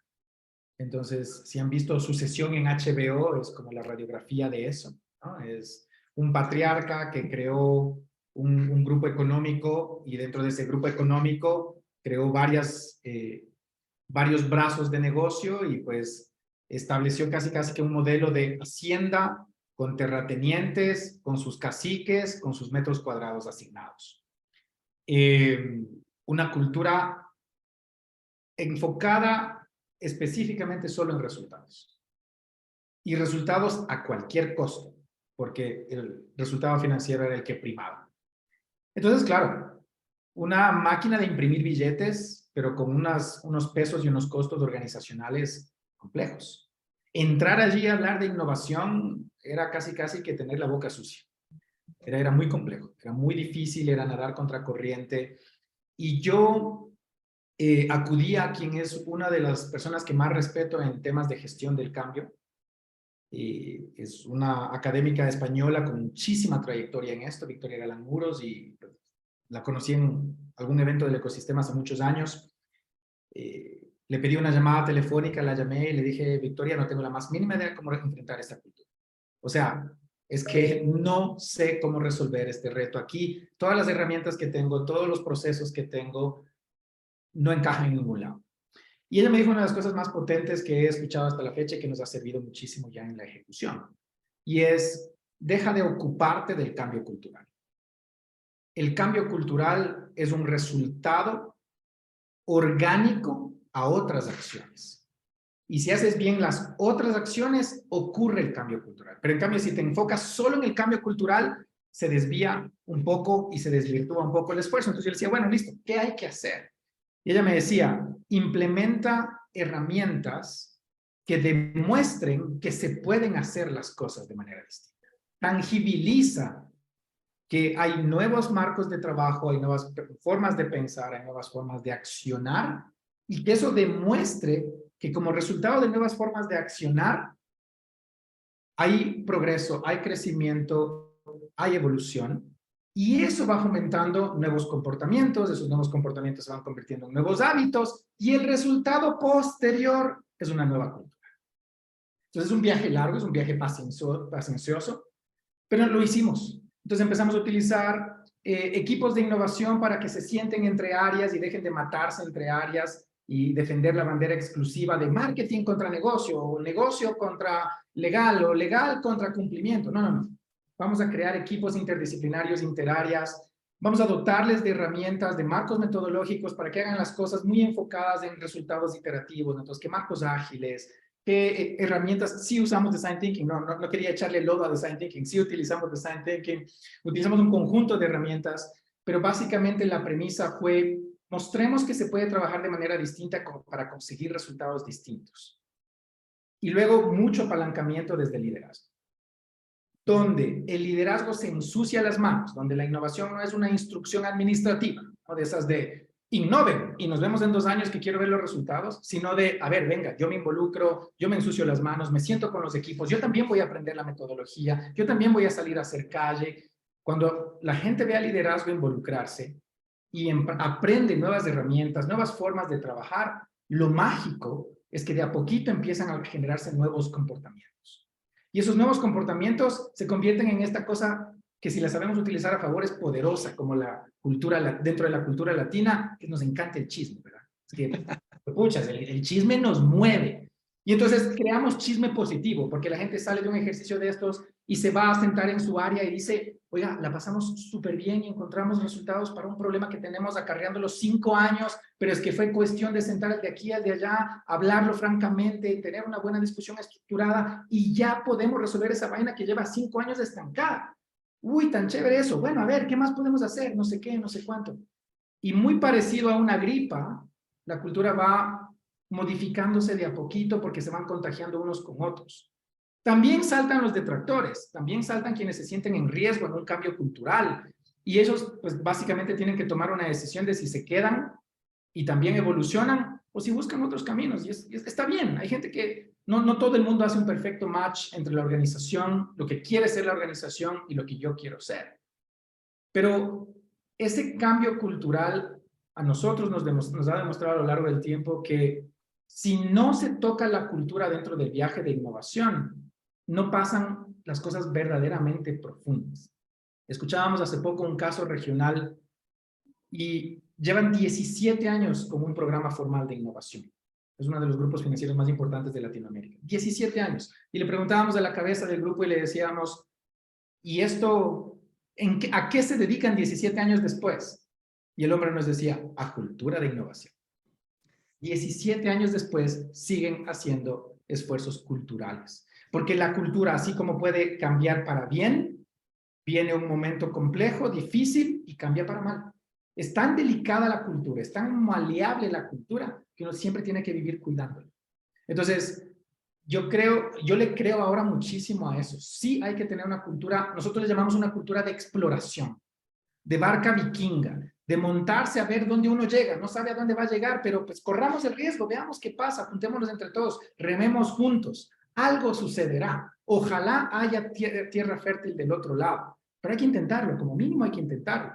Si no, seguimos peleándonos por los mismos metros cuadrados que ya están saturados de oferta. Entonces, cuando ahí la gente se enchufa y hay ese cambio cultural, para nosotros mediante las herramientas y las nuevas dinámicas, pasan cosas mágicas. Es en serio espectacular lo que puede verse dentro de una organización. Hemos intervenido organizaciones muy grandes con resultados espectaculares y hemos intervenido organizaciones donde la cultura no se movilizó y nos estancamos antes de cumplir 2 años. No había dónde ir, ya no hacía sentido seguir empujando porque no querían que los empujen. Entonces, es un factor clave. Me haces recordar el experimento de los monos y la banana. Los paradigmas. O sea, ese paradigma, pero es invertido lo que estás hablando, lo que te proponía esta persona, que es algo muy interesante. Es invertir el ejercicio y es ejecute, haga acciones.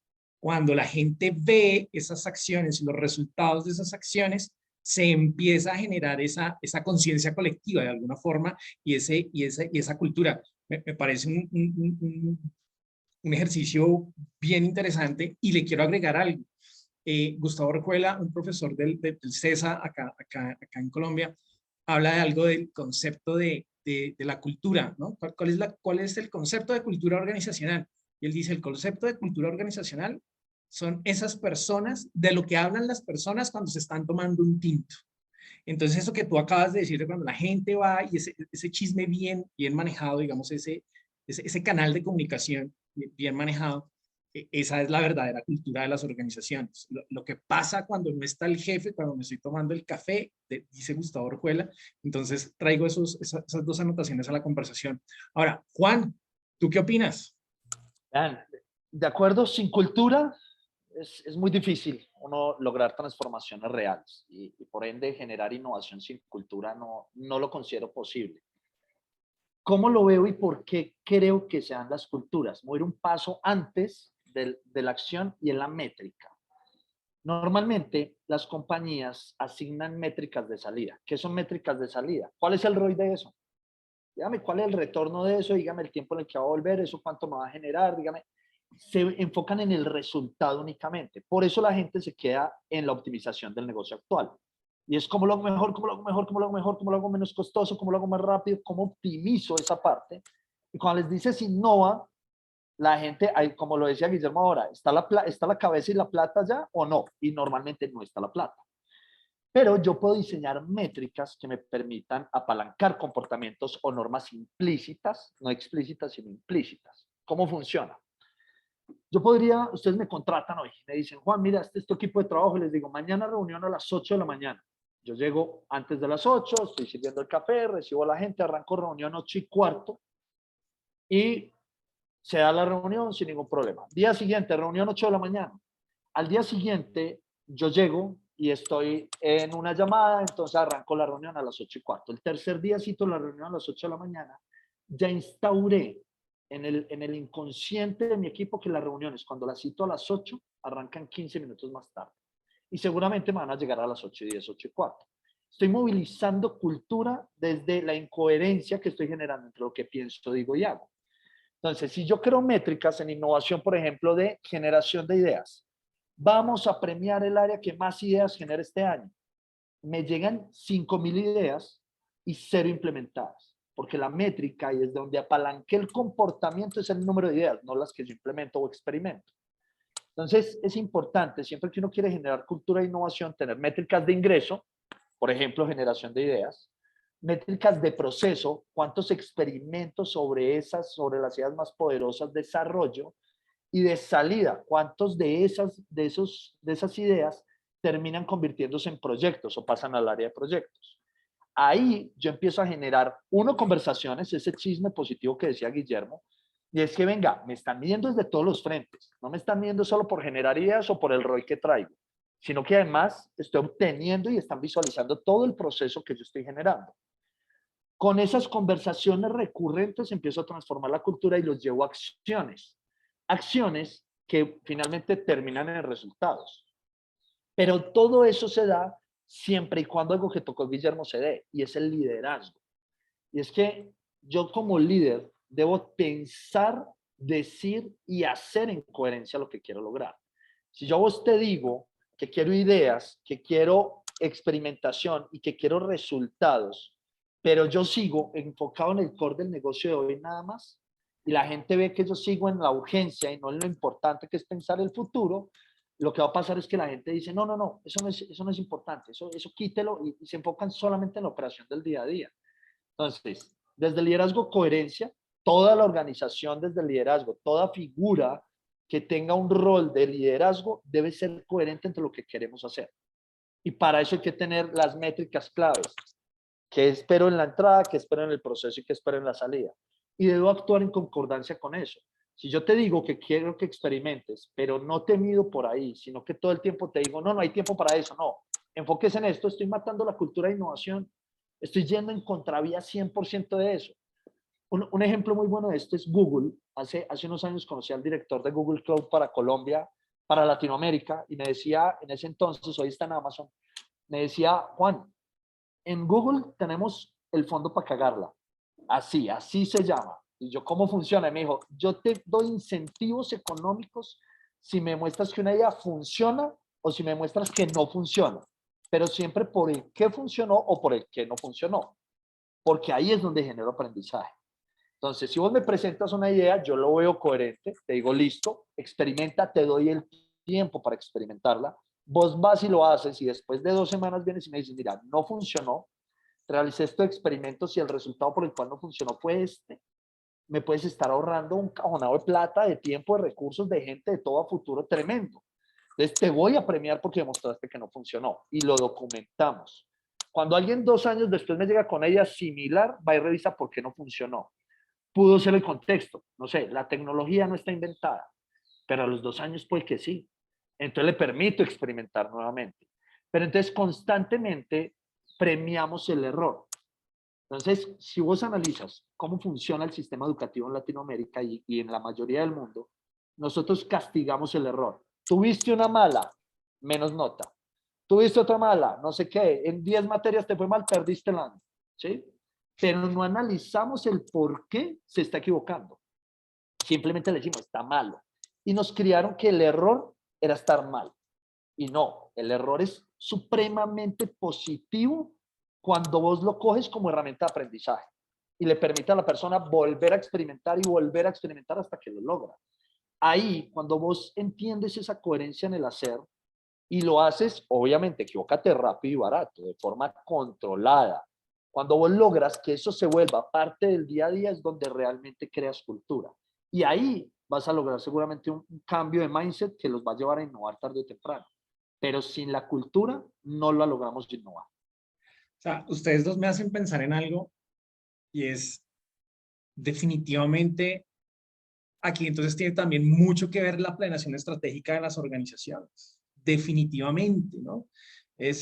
¿Cuál es esa estrella del norte? ¿Para dónde vamos? Los vikingos, ok, vamos, pero esa acción es fundamental entonces en el desarrollo, porque la pregunta sería entonces, ¿el sector debería hacer una planeación estratégica como desde qué borde?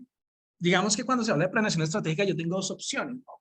Yo lo puedo hacer de la manera tradicional, desde como lo hace una persona en un MBA, o lo puedo hacer de unas maneras más conectadas con la realidad, es decir, realmente cuáles son los dolores de mis usuarios, cuáles son los dolores y cuáles son esos puntos de tensión en los que yo debo entrar a intervenir para generar valor y crear un vínculo, ¿no? Entonces, digamos, existen esos dos mundos. Entendiendo la amplia experiencia que ustedes tienen, y ahí sí quiero arrancar con Juan, porque Juan, digamos, viene también de trabajar con gente que tiene una manera de pensar muy diferente con Catarsis. Oiga, ¿cuál es la mejor, o sea, no hablemos de la mejor manera, ¿qué es lo recomendable para que, si yo siempre me mantengo de una manera conservadora y viendo conservadoramente, pues mi filosofía, mi cultura y todo va a ser conservador? ¿Cuál sería tu visión frente a eso, Juan? Vean, a mí me gusta más el segundo camino que planteas. ¿A qué me refiero? Las planeaciones estratégicas antes era normal hacerlas desde la oportunidad. Yo veo una brecha en el mercado, veo una oportunidad, voy a llegar a ese nicho y desde ahí empiezo a construir hacia abajo. Listo, consigo proveedores, necesito gente que me venda, que vaya y entregue. Y era una transacción netamente comercial, por verlo de alguna forma. Hoy las organizaciones se centran en el ser humano. El 23.7% de la población hoy es generación Z, nacidos del 95 a los 2000. Entonces, son el 23.7%. Es la cuarta parte de la población mundial. Y esto es gente que no se mueve únicamente por plata, que les gusta el impacto social, les gusta el impacto ambiental, buscan coherencia entre la marca, lo que dice, el producto y todo lo que hace. Entonces, hoy las compañías tienen que partir realmente de cómo le agrego valor a mi cliente o a mi usuario. Cuando yo sé quién es, me puedo ir y sentarme y conversar con él y entender los dolores que tiene. Cuando yo parto de la necesidad, del problema, del dolor de esa persona, empiezo a deconstruir. Yo, digamos, cuando he hecho planeaciones estratégicas en diferentes nichos, me encanta usar una metodología muy asociada a la innovación y es, los paro en un punto futuro, digamos, 7 años, estamos en el 2023, 2030. Tú tienes tu público objetivo. Ya identificaste, hablando con él, cuáles son los principales dolores. Quiero que te sueñes el mundo ideal y que aparezca un titular de tu compañía respecto a cómo aliviaste ese dolor y qué fue lo que lograste cambiar en el mundo. De ahí, de alguna forma, estoy construyendo, sí, esa visión que tradicionalmente llamaba visión y que se volvió un saludo a la bandera porque todos ponían ser la mejor compañía o ser líderes en Latinoamérica, en el que no, aquí estás Innovadora. Claro, pero aquí lo que haces es cambiar la conversación y llevarlos al dolor. ¿Cómo lograste, qué cambiaste en la vida de esa persona? ¿Cuál fue el valor que le agregaste? De ahí hago una prospectiva simple, donde desbarato hitos por año que deberían ocurrir para poder llegar allá. Y cuando tengo esos hitos, pasa una cosa siempre, es que me dicen, pero yo no sé cómo hacer esto. Les digo, no importa, declárelo. Las planeaciones estratégicas no pueden ser rígidas, no es una vaina escrita sobre piedra. El contexto cambia todos los días. Si yo tengo el norte y tengo posibles caminos, yo voy andando, voy experimentando y el mercado me va diciendo por dónde tengo que llegar. Pero cuando la gente se ciñe a lo que pensaron 10 personas en una sala de juntas, que además hace 10 años no tienen una relación cercana, exacto, no están en la calle con la persona a la cual vas a impactar, hermano, vas a perder el año. O sea, esa planeación estratégica es un saludo a la bandera muy bonito, es un comité de aplausos, como nos quedó bonita, pero se pierde y se enfoca en el core del negocio actual y en cómo lo hago mejor. Cuando yo los llevo al sueño de aliviar dolores, puedo encontrar miles de caminos, los que quiera. Tengo el objetivo claro y lo que hago es experimentación rápida. Como esas metodologías ágiles que ustedes manejan a la perfección, con las metodologías ágiles me llevan a experimentar rápido, a aprender, a tener métricas que me permitan evaluar si voy bien o mal. Y acorde a los resultados, cambio. Esto se trata de cambio, se trata de cambio de pensamiento, de cambio de cultura, en pro de agregar valor. Entonces, las planeaciones estratégicas son necesarias como una guía para tener un norte claro, para que haya una coherencia en el discurso. Los cómo implementamos esas planeaciones y llegamos a ellas deben cambiar según el contexto. No nos podemos quedar varados esperando que el contexto se acomode a nosotros. Somos nosotros los que desde el conocimiento del norte claro cambiamos los cómo y vamos construyendo ese futuro deseado.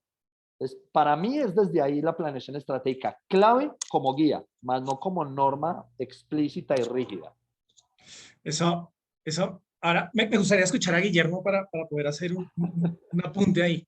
Guillermo, ¿tú cómo lo ves? Yo solo voy a hacer referencia a una expresión gringa que dice que las grandes mentes piensan similar. Así que en realidad estoy súper conectado con lo que acaba de decir Juan. Creo que uno de los retos más importantes a nivel organizacional que tenemos es que el plan estratégico se ha vuelto una costumbre excesivamente mecanizada y además una promesa terriblemente romántica. Entonces, típicamente las áreas dicen, bueno, viene el ejercicio de planificación estratégica, vamos pensando qué vamos a traer al plan estratégico, y entonces es como si todos los hijos del patriarca pronto a morir empiezan a prometer cosas, ¿no? Entonces, llega el uno y dice, nosotros vamos a alcanzar X cosa, y el otro dice, nosotros proponemos X cosa. Entonces hay como una carta a Papá Noel, el plan estratégico se convierte en esta promesa inalcanzable porque se suena bonito. Y entonces cuando luego hay que subir a defenderla ante un comité, un directorio, todo el mundo aplaude y dice, sí, qué genial, vamos a ser los mejores, somos el siguiente Google del mundo, está espectacular. Y listo. Y entonces luego para mí ocurren dos errores gravísimos y muy frecuentes. Y el primero es, no se parte de lo que no alcanzamos del último plan estratégico. Cuando nosotros nos involucramos en planificación estratégica, una discusión previa importantísima es, ¿qué prometimos? Revisemos el último plan estratégico. ¿Qué prometimos? Y entonces uno empieza a ver, ¿no? Alcanzar el 40% de participación en la plaza. ¿Y dónde estamos? En el 28. ¿Y qué pasó? Es que 40 fue demasiado. Ok. ¿Y por qué no llegamos a cumplir? ¿Qué cosas no hicimos a lo largo del tiempo o qué impedimentos encontramos a lo largo del tiempo que seguimos perennizando y que no nos permiten evolucionar? Y ahí nos damos cuenta de que después de que se hace el plan estratégico, el siguiente error es no se comunica. No sé cuántas veces me he topado con organizaciones donde uno le pregunta, ni siquiera la capa operativa de la organización, la capa táctica, y la capa táctica tiene el mandato de ejecutar. Y le dice, venga, dígame cuáles son los 4 objetivos estratégicos de nuestro plan estratégico presente. No lo sé. Y usted si no lo sabe, entonces, ¿cómo define para qué llega a la oficina el lunes? O sea, ¿para qué se levanta en la mañana si no sabe exactamente a dónde vamos? Y esta es una de las grandes discusiones de cómo somos productivos dentro de las empresas, dentro de las organizaciones, es porque nadie tiene claro hacia dónde va. Y entonces la planificación estratégica ocurre como un ejercicio casi exclusivo al liderazgo, donde solo los mejores pueden sentarse a tener esta conversación, donde no se incluye a las capas tácticas y operativas para entender los verdaderos dolores, donde no nos nutrimos de los aprendizajes del tiempo y luego no comunicamos el plan estratégico a los equipos que tienen que ejecutar y finalmente no construimos, y ahí conecto con lo que dijo Juan antes, métricas que hagan sentido. Me encanta encontrar organizaciones que tienen 37 KPIs. Hijo de puchas, y creo que les pagaron por hacer el KPI, porque es que unas hiperfórmulas. Pero cómo se vive eso en el día a día, nadie entiende. Solo hay que saber, se sabe que hay que apuntarle a ese KPI. El problema más importante de todo este viaje torcido es que entonces no hay un caminar juntos dentro de la organización, sino que cada área va por su cuenta. Eso le resta velocidad, eficiencia, resultados, la cultura, todo se afecta. Entonces, estoy muy de acuerdo con lo que dijiste, Juan. El plan estratégico bien hecho es el ejercicio fundamental para construir el futuro de una empresa. Y qué genial la premisa que acabas de mencionar. Nosotros también lo predicamos mucho. Pongámonos en ese escenario futuro, pensemos qué queremos ser, qué riesgos podríamos llegar a enfrentar y qué puentes hay que construir hoy para hacer esa clase de organización en el tiempo.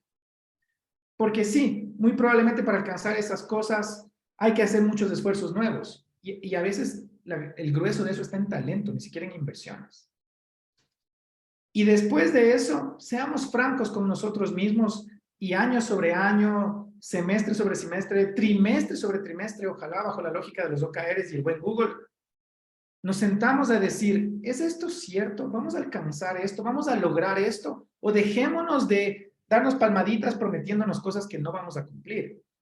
En el plan estratégico de nuestra compañía, en el último revisión trimestral, usamos la lógica de OKRs, llegamos a un acuerdo entre todos y dijimos, este objetivo estratégico y estos key results, estos resultados que nos prometimos, son un saludo a la bandera.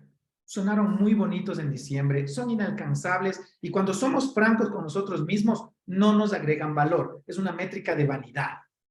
Suena bonito decir que vamos a tener un NPS sobre el 60% en el cliente. Pero ¿cómo se mide eso desde el mundo de la consultoría, donde nuestro trabajo es hacerles a momentos friccionar a nuestros clientes? Entonces, mucho cuidado con el indicador que ponemos. Nos sentamos, fuimos francos y dijimos, vamos a dar de baja este OKR. No hace ningún sentido, nos desvía de lo que sí deberíamos estar haciendo. Fue una aceptación entre todos, lo dimos de baja, matamos un accionar, porque no nos permite enfocarnos en lo que sí tenemos que enfocarnos en este año. Pero es una conversación compleja, es una conversación que requiere que seamos francos, que seamos honestos con nosotros mismos, que seamos vulnerables. Ya a nadie le gusta en un cargo de responsabilidad ser vulnerable. Nadie quiere pararse frente al foro y decir, este año no hicimos bien la tarea. No hice yo bien la tarea. Más nos encanta la puntadera, ¿no? Así como, ay, ¿qué pasó con ustedes? Y el negocio no cumplió las metas. Sí, claro, pero ¿por qué? Entonces, si se hace un ejercicio sesudo, si se hace un ejercicio tomando en cuenta todas las aristas, es que el plan estratégico se vuelve, pues pucha, es el mapa del tesoro inca. O sea, es maravilloso si se lo hace ya. Digamos que ahí viene algo interesante y es, vean ustedes cómo todo se va alineando, ¿no? Empezamos hablando de la innovación, el comportamiento del mercado, las necesidades del mercado y cómo fuimos encadenando y ya llegamos a un nivel en el que, oiga, todo parte de la cabeza y todo parte de para dónde vamos y cómo lo vamos a hacer. Algo muy importante que hemos tocado en todo el transcurso de esto es cómo cooperamos, cómo trabajamos en equipo. Alguna vez yo le escuchaba a alguien, no conozco el primer equipo de fútbol que tenga 11 delanteros y que sea el mejor del mundo. Todos tenemos talentos diferentes que nos permiten cumplir un objetivo y por eso podemos ganar el partido, ¿cierto? Cuando ustedes hablan de todo este tema de la planeación estratégica, yo me empiezo a hacer preguntas como por ejemplo, ¿será que estamos viendo al cliente del futuro indicado? ¿Será que los procesos que hoy tengo que no tienen nada que ver con con invertir dinero, sino el proceso como hoy lo tengo para la identificación de nuevos clientes es el adecuado. ¿Será que cuando yo voy a campo estoy segmentando de la manera correcta ese mercado? Y no estamos hablando de tecnología. Estamos hablando de un ejercicio simplemente de cuestionarnos, preguntarnos y empezar a decir, ¿será que puede existir otro camino? ¿Será que puede existir otra forma? Hoy las entidades, y es algo que yo he escuchado desde que llegué al sector, y es que el riesgo de prestarle a este segmento del mercado es muy alto y que eso encarece, digamos, ese riesgo encarece el crédito cuando se pone ahí en el mercado. Entonces yo decía, venga, ¿y por qué? ¿Y por qué? No, es que siempre ha sido así. Entonces volvemos al ejercicio de, ¿y esto por qué se hace así? No, porque siempre ha sido así. Porque existe un riesgo y cuando existe ese riesgo asociado a poner un crédito a una persona, entonces yo primero pruebo a la persona y le presto 1 millón de pesos. Entonces yo la pregunta que hacía en algún momento es, venga, ¿y una persona que hace con 1 millón de pesos en el campo? O sea, no le alcanza ni para las semillas, ¿verdad? Entonces, esa plata se va a convertir en plata de consumo. Eso no tiene, esa plata no es una plata que va a generar riqueza, ¿sí? Entonces, ahí yo empiezo a hacer preguntas y es, ¿qué pasaría si empezamos a entender y a formar a las personas, como lo decían tanto Juan como Guillermo, para que entiendan que el dinero es para transformarlo y no para consumirlo, ¿sí? Y entra la educación, que lo hemos venido hablando también a lo largo de esta conversación. Por ejemplo, ¿cómo podemos nosotros ser esos generadores de cambio para que realmente nosotros pudiéramos decir desde el sector, oiga, ¿qué pasaría si nosotros acompañamos a proyectos de producción agropecuaria en cualquiera de sus líneas, entendemos cómo van a ser sus modelos de negocio, los acompañamos en el aseguramiento de la cadena, ¿sí? Y nosotros aseguramos que esa gente, por ejemplo, creamos una cooperativa de centro de acopio, que tengamos ventas y que podamos vender al mercado extranjero y al mercado doméstico, por ejemplo. Y que nosotros aseguremos todo ese tema, todo ese desarrollo, y que uno le pueda decir a la gente, oiga, yo no le voy a prestar 1 millón de pesos, le voy a prestar los 70 o los 80 o los 90 millones de pesos que vale sacar ese producto en este periodo de tiempo. Hoy lo vemos a través del crowdfunding. Juan, por ejemplo, hay una, Agrap lo hace a través de crowdfunding y ellos simplemente lo que dicen es, venga, usted invierta a partir de tanto y usted le vamos a responder por esta rentabilidad. Pero uno dentro del sector hace propuestas y muchas veces la respuesta automática, no es que siempre se ha hecho así, es lo que estamos hablando de cultura y es fundamental, ¿no? Entonces, ya como para ir cerrando, la pregunta que yo les hago a ustedes es, desde su experiencia claramente, y en ese, digamos, intercambio que ustedes tienen constantemente, tanto con incubadoras como con centros de conocimiento y demás, ¿cómo creen ustedes que desde aquí Jubi nosotros podemos generar o ser esos generadores de transformación, esos articuladores del ecosistema que permitan no pensar en el bienestar de uno, sino pensar en el bienestar del sector para que finalmente podamos cumplir algo que es misional? La misión del sector es que le tenemos que llevar esto a la base de la población para que esa base de la población pueda ir ascendiendo. Nosotros lo que queremos es que el que hoy él tiene un puesto de dulces, el día de mañana tenga una tienda, y después de que tiene una tienda tenga un supermercado, y que después de que tenga un supermercado pueda haber otra opción de negocio, pero que entienda que la vida es evolutiva, ¿sí? Esa es nuestra misión. Entonces, en ese orden de ideas me encantaría saber, por ejemplo, Juan, vos, ¿cómo crees que nosotros podríamos generar ese cambio? Miren, hay algo clave. Un gran maestro, Luis Pérez Breva, que tuvo que ver con el modelo de innovación del MIT, tiene un libro que se llama Innovar, un manifiesto de acción. Esto es de hacer, tal cual. Él arranca el libro diciendo, es imposible que tú garantices que alguien va a innovar. O sea, no hay una ABC que te diga que vas a innovar. Tú te das cuenta que innovaste cuando miras para atrás y dices, vea lo que pasó. Cuando yo lo leí me cuestionó mucho porque dije, entonces, ¿yo qué vendo? O sea, yo soy consultor en temas de innovación y, pues madre, me fregó. Cuando, digamos que lo profundicé, me lo he leído para ahí 4 o 5 veces. Me encanta porque está relacionado con la incertidumbre que trae la innovación. Pero lo que declara es que esto es de experimentar, de hacerlo, hasta que algún día le pegas. ¿Cómo funciona y cómo creo yo que es el rol del hub en este momento? Para mí es clave la co-creación, como bien dices, y el hacer. Si tú pasas a la acción, a concretar, a bajar experimentos simples y demás, van a lograr el impacto en el mediano o largo plazo. Pero si te quedas solamente en la palabra, en la estrategia, en la parte bonita y venga, quedémonos en charlas, en cosas, ahí no pasa nada. Es manos a la acción. Entonces, creo que el camino más corto, al menos para arrancar, es fijar objetivos específicos, claros, puntuales. Algo tal. Traduzca en un lenguaje simple y sencillo. O sea, si es capaz de explicárselo a un niño de 5 años, ya vamos por buen camino. Porque lo estás explicando de forma muy sencilla y tu cerebro está diciendo, venga, eso es fácil. Porque ya lo tradujiste a un tema simple. Pásalo de forma simple y experimenta de forma rápida y barata. Haz experimentos muy cortos, de horas o de días, en los cuales puedas ver resultados y decir, venga, voy por el camino correcto. No, todo atado a esas métricas que digamos ya les hemos dedicado un buen tiempo. Lo que vaya funcionando, comunícalo. Muestra a los demás cómo realmente están logrando cosas. Que falta camino, siempre hará falta camino. Somos evolutivos, bien lo acabas de decir. Esto es de seguir creciendo. Entonces, pero cómo esa comunicación hacia los demás les dice, vea, con estos 3 hemos logrado esto, súmese. Cuando las personas empiezan a sumar y todos se dan cuenta que se trata de co-crear, vamos a poder evolucionar. Entonces, encárguense de invitar a la gente, crear objetivos específicos desde los dolores que quieren solucionar o las necesidades. Y experimenten de forma simple, económica y rápida. Con esos pasos, comunique y sume gente. Que siga creciendo el objetivo, siga sumando gente, siempre apuntando a los dolores.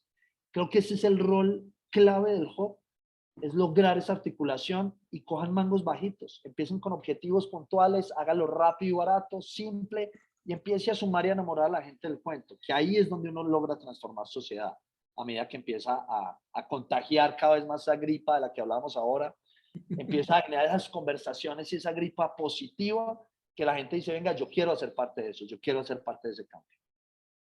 Muchas gracias, Guillermo. Le agregaría solo un tema conceptual a todo lo que Juan bien ha descrito. El para qué, que Juan lo ponía al principio cuando hablábamos de armar hoja de ruta de innovar.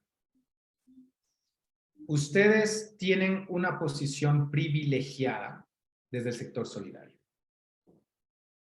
Y uno tiene que aprender a operar dentro de esas... dice Lynn Canvas, habla de la ventaja injusta. Hay que operar dentro de la ventaja injusta. El sector solidario no tiene como mandato máximo la rentabilidad del negocio. Y podría parecer poca cosa, pero esto es clave en la diferenciación, la especialización y el nicho al que ustedes pueden y deben servir. Y es que cuando la rentabilidad no es el indicador máximo, el mindset debería cambiar y ajustarse de manera radical. ¿Y a qué me voy con esto? Voy a decir una cosa que espero que cuando la grabación se difunda no la vea ningún cliente o amigo banquero porque me van a crucificar por lo que voy a decir. El negocio de la banca es que la gente se endeude más allá de lo que puede pagar. Ya está. Ese es un gran negocio. Y por eso le vivimos poniendo tarjeta de crédito sobre tarjeta de crédito y ofreciéndole que haga un avance de la tarjeta de crédito. Yo en Colombia descubrí una cosa que es que me parecía inverosímil. Uno iba ahí a Juan Valdés y le decían, ¿a cuántas cuotas del café? Yo me decía, ¿qué? ¿Quién saca a cuotas un café? Si tengo que sacar a cuotas mi café, estoy en serios problemas de salud financiera. Es que ni siquiera debería tener un plástico si voy a sacar a cuotas un café. Si no puedo pagar en corriente mi almuerzo, tengo serios problemas. Entonces, es muy buen negocio mantener a la gente apenas educada en lo que son los servicios financieros. Y de ahí se está nutriendo muchísimo el grueso de la banca en Latinoamérica. Esa es la realidad. La razón por la que en Europa los servicios financieros operan con márgenes negativos, es porque es un usuario hiperinformado que le mete presión a su banco y le dice, no, usted no me va a cobrar todo esto. Ya no me pase otro plástico porque lo voy a denunciar si usted me manda otro plástico. El sector solidario tiene la ventaja injusta y la responsabilidad de operar sobre el impacto social, sobre el interés social.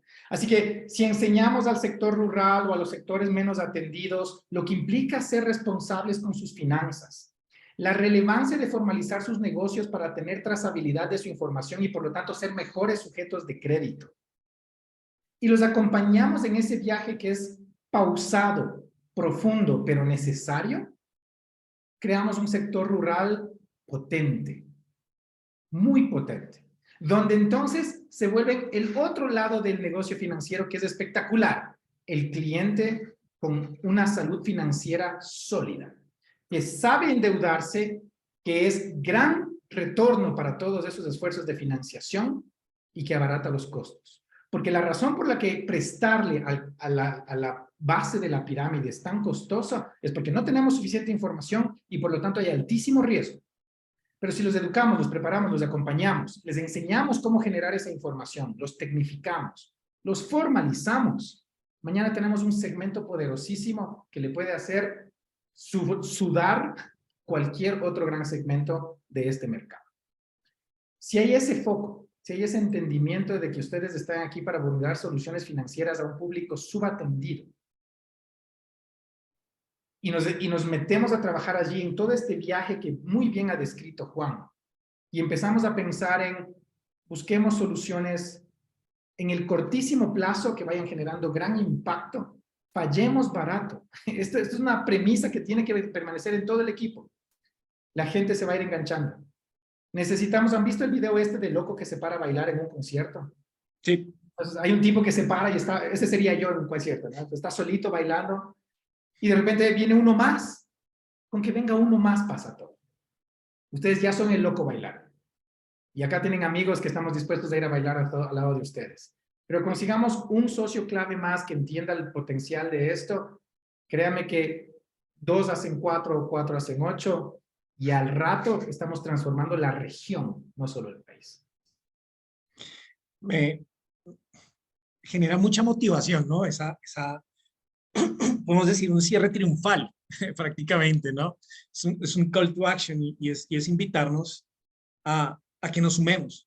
Y aquí ya, digamos, haciendo parte del cierre, quiero dejar algo en el aire y es, aquí no importa de dónde venimos. Aquí importa lo que venimos a hacer.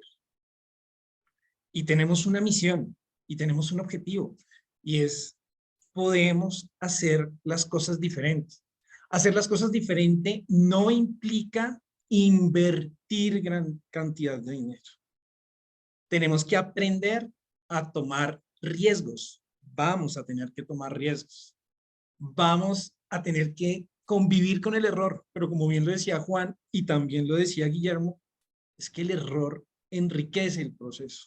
El error hace parte del proceso. Pero entendemos qué no hacer, ¿ok? ¿Qué no debería volver a suceder? Y podemos retomar en ese punto nuevamente con el ejemplo que ponías de Google. Entonces, para cerrar esto, mi invitación desde el Hub es que creemos mesas de trabajo. Hoy todos sabemos que existen unos dolores y eso no lo identificó Hubi. Eso se ha identificado a lo largo de los últimos años. Sabemos que tenemos problema con validación de identidad, sabemos que tenemos problema con que no conocemos realmente nuestros usuarios y entonces los puntajes de riesgo crediticio dependemos de lo que dice 2 o 3 terceros que califican de una manera completamente diferente a la manera en que nosotros tenemos que calificar nuestro segmento.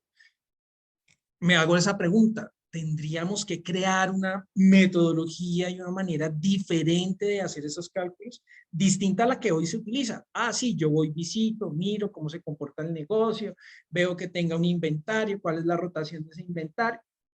¿Tiene que ser la misma manera? Seguramente no. Es una probabilidad. Tenemos que experimentar, como bien lo dicen ustedes, de una manera corta, rápida y efectiva. Entonces, para no extenderme más en esto, una invitación para todos aquellos que nos acompañen. Nosotros nos vamos a estar contactando con cada una de las entidades y la misión acá es, vamos a invitar gente a bailar. Queremos invitarlos a bailar porque sabemos que conjuntamente podemos construir una solución y podemos llevar a cambiar el sector. Aquí el mensaje es, queremos transformar el sector. Queremos ver desde otros lugares. Queremos experimentar 1000 soluciones y darles a entender que no se puede hacer las cosas de una única manera. No existe una única verdad, no existe una única solución. Entonces, no me queda más sino agradecerles. Guillermo, Juan, de verdad, muchísimas gracias. Esta conversación fue sumamente enriquecedora, motiva mucho, llena de ganas. Espero que a nuestros asociados que estuvieron acompañándonos hoy les haya gustado. No sé si de pronto existe alguna duda de alguno de los asistentes o algún comentario que quieran hacer. Este es el momento de hacerlo antes de despedirnos. Creería que no. Entonces, nada, Guillermo, Juan, muchísimas gracias. A todos los asistentes, estaremos, como les decía, en contacto con ustedes y estoy seguro que vamos a hacer cosas poco a poco, pero vamos a demostrar cambios. Muchas gracias y que estén muy bien. A ustedes, gracias por la invitación. Éxitos con Juvi y aquí estamos para co-construir. Guillermo, Créanme que sí. Créanme que sí. Guillermo, Muchísimas gracias por la invitación. Yasmín, gracias por la invitación. Cuídense mucho. Un gusto compartir con ustedes. Gracias Igual, a todos, un abrazo. Gracias. Chao, chao.